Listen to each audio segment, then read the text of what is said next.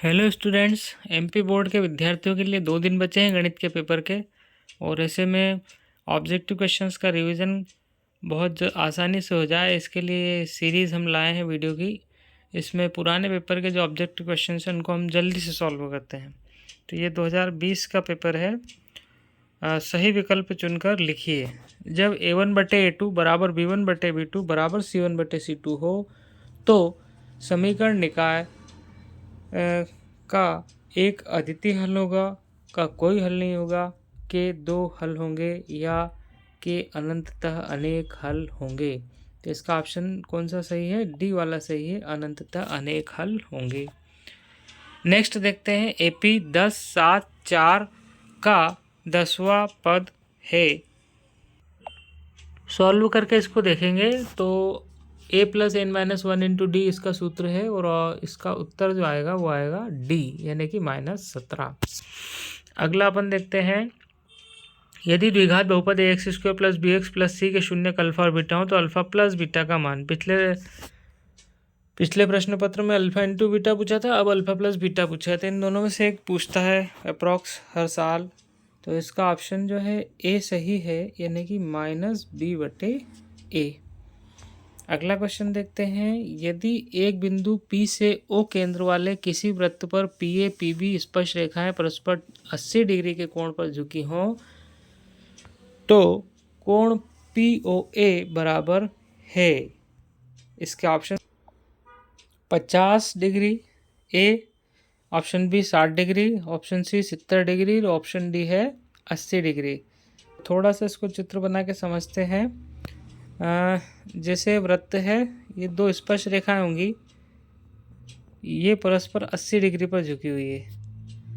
और PA into PB वाली जो थ्योरम है उससे अगर अपन देखें तो ये जो आधे आधे कोण हो जाएंगे, यानी ये दोनों, ये PA और इसको PB मान लें तो PA और PB 80 डिग्री पे झुकी हुई है, तो यहाँ से आधे आधे कोण हो जाएंगे। यानी कितना ऑप्शन हो जाएगा इसका ऑप्शन 40 डिग्री हो जाएगा। कौन सा कोण? APO हो जाएगा 40 डिग्री। तो ये वाला कोण 40, ये वाला 90, तो ये बचा हुआ कितना हो गया? 40, 90, 130, 180 में से घटाया तो 50 डिग्री इसका आंसर आएगा, यानी ऑप्शन ए इसका सही है।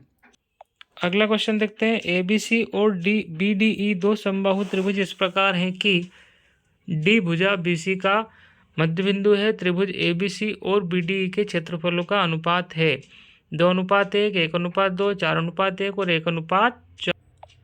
इसको हल करके देखते हैं अपन। तो पहले एक त्रिभुज बनाएंगे ABC अपन ने बनाया। इस प्रकार है कि D जो है वो भुजा BC का मध्य बिंदु है। BC का मध्य बिंदु यहाँ कहीं आएगा, इसको अपन ने मान लिया D, और D से E खींचा तो इस तरीके से ये कोई त्रिभुज बनेगा। तो ABC और अंदर बन गया त्रिभुज BDE।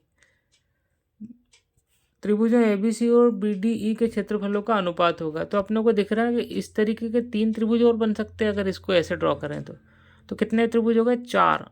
और एक त्रिभुज की बात हो रही है BDE की। तो BDE कितना है? 1/4 है। किसका 1/4 है? ABC का 1/4, यानी ABC हो गया 4 और BDE हुआ 1। तो इसका ऑप्शन सी जो है वो सही है, यानी कि 4:1। अगला देखते हैं। अगला क्वेश्चन है।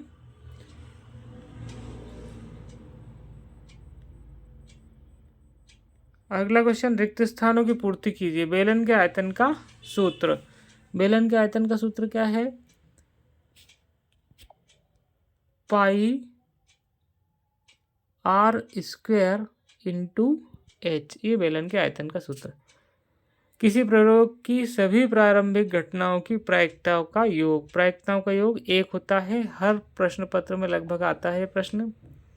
केंद्रीय प्रवृत्ति की मापांकों में एक अनुभाविक संबंध है। 3 माध्यक बराबर बहुलक धन, और रिक्त स्थान में जाएगा 2 माध्य। ये संबंध होता है 3 माध्यक बराबर बहुलक धन 2 माध्य।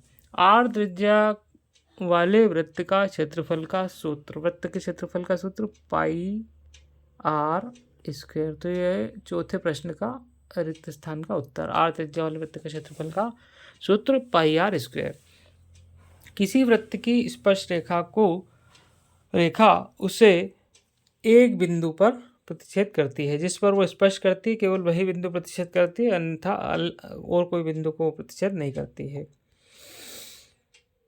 नेक्स्ट है निम्नलिखित में सत्य असत्य लिखिए। किसी बारंबारता बंटन में किसी वर्ग की संचयी बारंबारता उस वर्ग से पहले वाले सभी वर्गों की बारंबारताओं का योग होता है। सही है ये संचयी बारंबारता। जोड़ते हुए आते हैं अपन। त्रिज्या r वाले वृत्त की परिधि का सूत्र करेक्ट 2 पाई r। तीसरा है घात 2 के किसी बहुपद के अधिक से अधिक 2 शून्यक हो सकते हैं। बिल्कुल सही है, जितनी घात होगी उतनी अधिकतम शून्यक इसके संभव है। किसी बिंदु की y अक्ष से दूरी उस बिंदु का y निर्देशांक कहलाती है। ये गलत है, y अक्ष से जो दूरी होगी उसका x निर्देशांक कहलाएगी। कर्णी 2 एक परिमेय संख्या है, ये भी गलत है क्योंकि ये सिद्ध कर चुके हैं। कर्णी 2 एक अपरिमेय संख्या है। अगले प्रश्न पे आते हैं। अगला प्रश्न है सही जोड़ियां बनाइए। आपसे फिर कह रहा हूँ सही जोड़ियां सही के सामने सही ही लिखना है, ऐसे मैचिंग नहीं करनी है। लेकिन यहाँ पे मैं आपको आंसर इसी तरीके से बताऊंगा। Cosec 90 minus theta, cosec 90 minus theta पूरक कोण वाले हैं ये। तो कोसेक का पूरक कोण क्या होता है? सेक होता है, इसलिए इसका ऑप्शन आ जाएगा सी, यानी कि sec theta. Root over sec square theta minus tan square theta, तो ये कितना होता है? 1 होता है। तो इसमें ऑप्शन कौन सा दे रखा है? डी है, तो दूसरे का मैच होगा डी से। साइन थीटा, साइन थीटा बराबर 0 1/√2। टेन थीटा बराबर, थोड़ी सी मिसप्रिंट है, साइन 0 डिग्री है क्योंकि थीटा के ऊपर डिग्री भी दिखाई दे रहा है। ये थीटा नहीं है, 0 है, तो साइन 0 डिग्री। साइन 0 कितना होता है? 0 होता है, तो ऑप्शन ए इसका सही है। Next tan theta, tan theta बराबर क्या होता है? साइन थीटा बटे कॉस थीटा, ऑप्शन ई आएगा इसका।